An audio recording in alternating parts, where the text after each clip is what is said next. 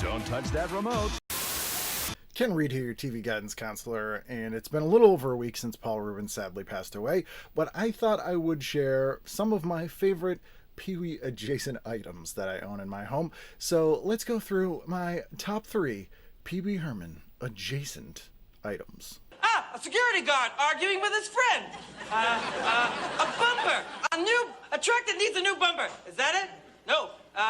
Libby's. Is it Libby's?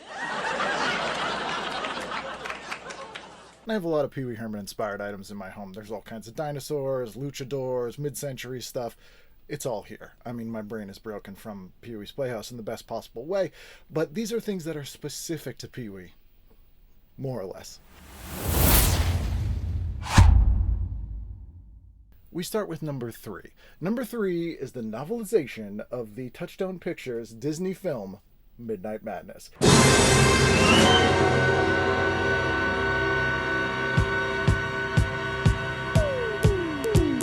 And you might say, Ken, what is that? Well, it's one of my favorite movies. It's a ridiculous PG-13 comedy about an all-night scavenger hunt in Los Angeles. I believe came out in 1981, if memory serves. Paul Reubens plays the attendant at an arcade, and it's wonderfully memorable and very Pee Wee.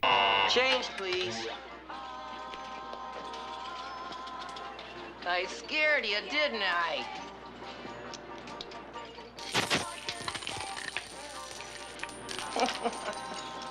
And although I love the movie, watch it often, this novelization, very, very rare. This is pretty much a mint condition copy. I've read it over and over again. There's my number 3.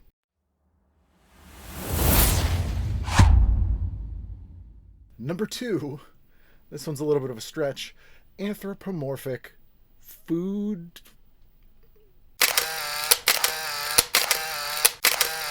ceramics, I guess you'd call it. Like here, this one is made by a company in Japan in the 40s and 50s. This is an apple tea kettle, I guess you'd call it. But anytime I see anthropomorphic food, especially mid-century stuff, I think of the fridge on Pee Wee, and I really have to fight the urge to buy it. I don't always fight that urge successfully.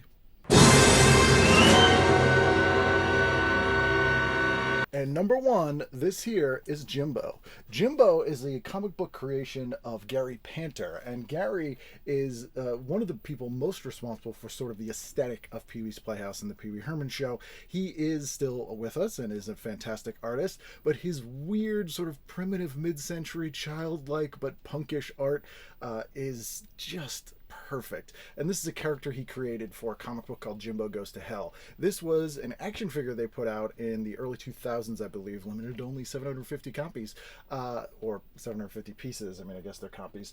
This was very difficult for me to find. I stumbled on it at a really good price about 10 years ago, and this is a prized possession of mine. There you have it, my top 3 Pee Wee adjacent items that I own in my house. If videos like this are fun, if you like seeing me share things that I own or things that are in my house, which people often ask to see, I'm not lying, let me know down in the comments. Share this video, and maybe I'll do more.